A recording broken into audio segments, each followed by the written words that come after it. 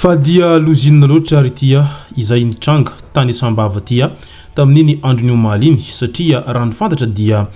lehilahy iray izay namonina fatiny vadiny no tetehany tamin'ny antsy ka nipitipisiny mahakasika an'izay ny fakafakaina amintsika atao anatin'ity vidéo ity ka manasitsika rehetra anaraka an'ity vidéo ity hatramin'ny farany.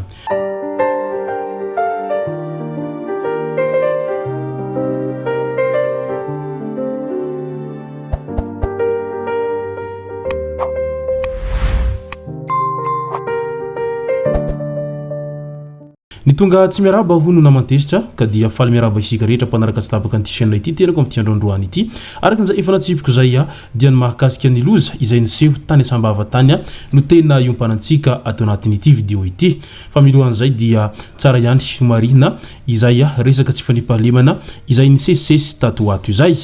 tsapasida fa tato ato zay dia tena nahazo vahana ity resaka tsy fandripahalemana ity izay efa hita manerana ny nosimo izay resaka tsy fandripahalemana izany na any ambanivohitra izany na any andrenivohitra dia ahitana an'izay trangana tsy fandripahalemana izay foana ary miseho isan'andro vaky moa izay resaka tsy fandripahalemana izay ary matetika foana isika mandresy maheno fa misy lasibatry ny fanafian'ny jolahy etsy roa ary misy ihany koa resaka vonolona isan-karazany tsy ambakan'izany ihany koa ny resaka tsy fandripahalemana eo amin'ny lafiny fakanan-keriny sy ny halajaza izay tena hita fa nirongatra tato ato zay hanika tena lasa mivarahontsana ny mpiaramonina ary eo ihany koa izay tebiteby lava eny anivon'ny fiarahamonina eny lasa tsy mifantoka intsony ao anatin'ny resaka fiarina ny olombelona amin'izao fotoana izao fa lasa mitebiteby lava sy matahotra amin'ny ainy sao dia misy hakankerina ihany koa hisy hamono eo ihany koa izay resaka tsy fandripahalemana amin'ny fanafiana amin'ny tampiadina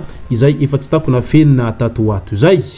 mipetraka ihany ny fanontaniana eny anivon'ny fiarahamonina eny ary maro moa izay olona mametra-panontaniana ao anatin'izany rehetra izany amin'ny hoe mbola mipetraka foana ve ity resaka fampandripahalemana ary mbola manao ny asany amin'ny mahatokony ho izy zany ireo mpitandro ny filaminana izay miezaka mampandry fahalemana sy miaro vahoaka ary ny fananany amin'izao ankehitriny izao sa efa nilavolefina izy ireo eo anatrehan'ireo mpanao ratsy izay hita fa mahazo vahana tato ato zay ary raha ny tsapasita dia tena efa tambazotra mihitsiny io tambazotra ny mpanao ratsy io tato ato zay indrindra fa neo amin'ireo fakanan-keriny ireo varira sy ireo ankizy amin'izao fotoana izao izay hita fa nahazo vahana tato ato zay tafiditra ao anatin'izay resaka tsy fandripahalemana izay fa amin'ny endriny hafakely indray no niseho tany sambava ity satria raha ny fantatra sita dia ray mpianakaviana iray izay namonina fatiny vadiny no kapahany tamin'ny antsy tany sambava tany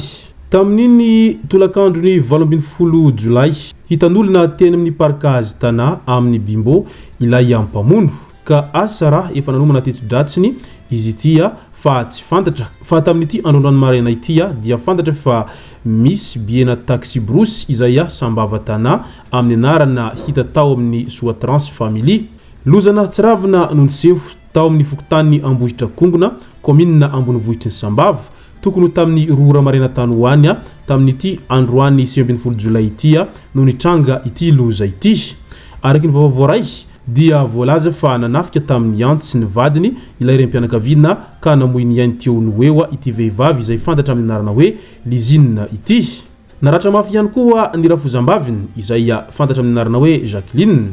samby voakapa tamin'ny antsy avokoa izy ireo ka nentina haingana teny amin'ny tompo-pahasalamana mba ho tsaboina ity farany taoriny zavanitranga dia nitsoka ilay lehilahy vororoy araky loharanom-baovao dia avy any amin'ny faritra manakara izy io saingy efa monina tao sambava nalitsany 10 taona teo eo no ny fitadiavana asa no nahatongavany tany ary ny tenany moa dia efa voasoratra anarana ao amin'ny lisy mpifidianana hoy ny fanamarihany lehibe ny fokotany ao sambava ao atrany alefa mpitandro ny filaminana ny raharaha mba hamantarana ny tena antony zavanitranga sy mba hisamborana ilay lehilahy izay vororoy amin'ity famonon'olona izay niseho tao sambava ity midika izany fa tena efa nivadika biby ny olombelona amin'izao fotoana izao ary efa vitsy ny olona azo itokisana amin'izao fiainana efa mangidy sy mahamaya izay iainany voaka ao Madagasikara ao amin'izao ankehitriny izao satria na ny vady aman-janaka aza dia mahavita mamono mahafaty tahaka an'izao niseho tany Sambava ity dia izay intsony zany ny olona azo itokisana eny anivon'ny fiarahamonina sy amin'ny fiainana andavanandro raha toaka ireo ankaiky anao ihany no mahavita mamono ka mahafaty anao tahaka an'izao nitranga tany Sambava ity ary miangavy ny manam-pahefana sy ny mpitandro filaminana mba handray andraiky ny farany zay haingana ary farany zay hentsitra amin'ity lehilahy izay voalaza fa namono na faty ny vadiny tia satria tena efa tsy manana fon'olombelona intsony ny olona mahavita zavatra tahaka an'izany satria na ny vadiny aza dia sany ny mamono azy fa raha olon-kafa angambany dia tsy ananany indra fo mihitsiny eo anatrehany izany rehetra izany efa tsy olombelona intsony ny olona mahavita toetra tahaka an'izany fa efa miaina tahaka ny biby ka izay no antony tokony hanomezana azy sazy farakin'izay mafy ary farakin'izay hentsitra ao anatin'ny izany rehetra izany ary nitsangandravatra tahaka an'izao no matetika mampisy anireny fitsaram-bahoaka ireny satria matetika ireo mpanao ratsy sy mpamono olona dia migadra kely aoriny ny fitsarana azy ireo rehefa aveo dia afaka madiodio na ihany koa afaka noho ny fisalasalana ka eo indrindra no mahatonga ny fianakaviany maty indraindray lasa tsy mahatsindry fo ka miditra amin'ny resaka fitsaram-bahoaka eo anatrehany izany rehetra izany raha isika ohatra zao initrangana tsy fandrimpahalemana izay niseho tany Antsirabe izay niafara tamin'ny fandoran'olona velona iny izay no ahiny fianakaviana namono na faty ny zanak'izy ireo ka tsy nahatsindry fo tamin'izany ny fianakaviana dia niroso tamin'izay hoe